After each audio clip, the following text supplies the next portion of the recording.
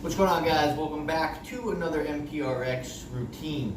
Today we're going to look at some movements with the stability ball and some movements without the stability ball.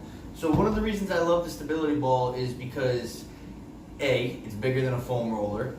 B, it allows you to round your spine, whether it's laterally, flexioned, or extended, flexed or extended, around the ball, to really start to help not only stabilize, but increase your spinal mobility. So, first and foremost, very simple, we're just gonna go to a seated position, walk yourself down, and we're just going to allow our hips to drop and our hands to come overhead.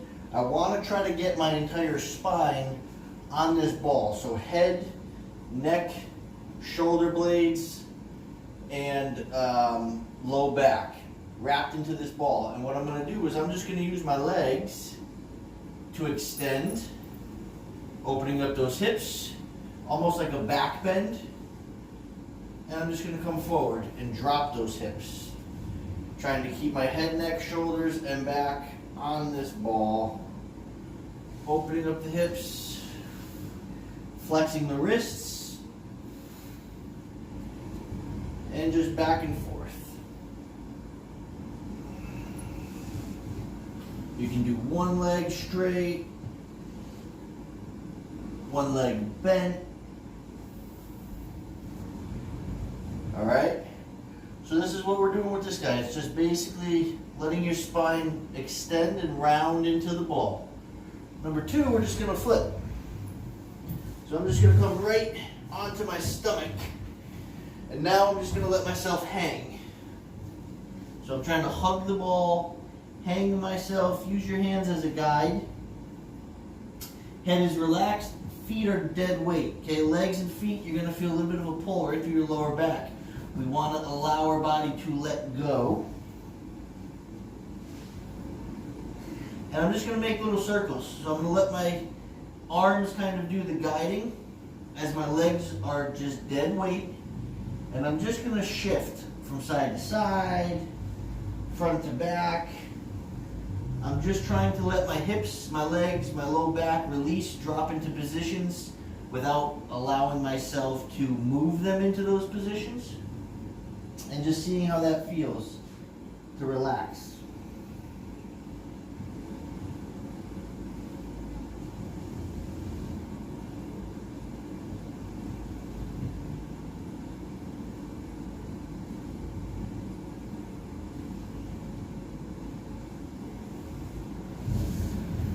Alright, so there's two with the ball. Without the ball, cat-cow. So arching my back up, I'm pushing into the ground, trying to push myself away. Coming down, lift my head, try to drive the belly button down into the ground. And from here, we're going to just do this a couple times. Flex the spine, extend the spine. And I'm just going to add a little bit of a wave now as I do this. Okay, so forward and back, extend, forward and back, flex, forward and back. So we're adding this little spinal wave rocking movement into this component. All right, wrists, shoulders, hips, spine.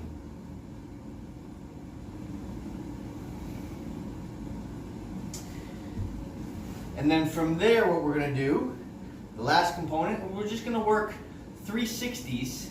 So from a flexed state, I'm going to work into this 360, searching for the edges of that circle. We'll go backwards, both directions. We're going to go into this flexed state, circle. So if you look at the video and you're watching me, you don't see my hips popping out, okay? I'm trying to keep my spine neutral and circle my hips, my shoulders together, both ways, still keeping the belly button pressed towards the floor, still keeping my hands engaged into the floor for pressure. And we're just gonna switch. So I want you guys to just start to do these rocking extensions, rocking flexions. And we're gonna work our way as we open up this wave into more movement of spinal wave.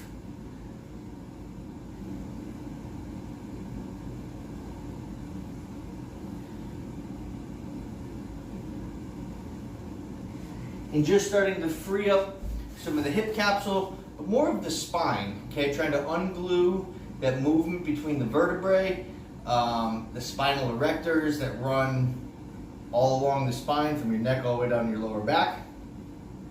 And just get some generalized movements to start clearing out some stickiness or some stuckness that you might be feeling in those joints.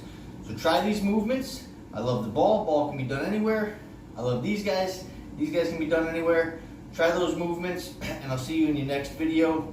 We'll advance from that into more of spinal waves, getting some shoulder movement involved as well. Take care.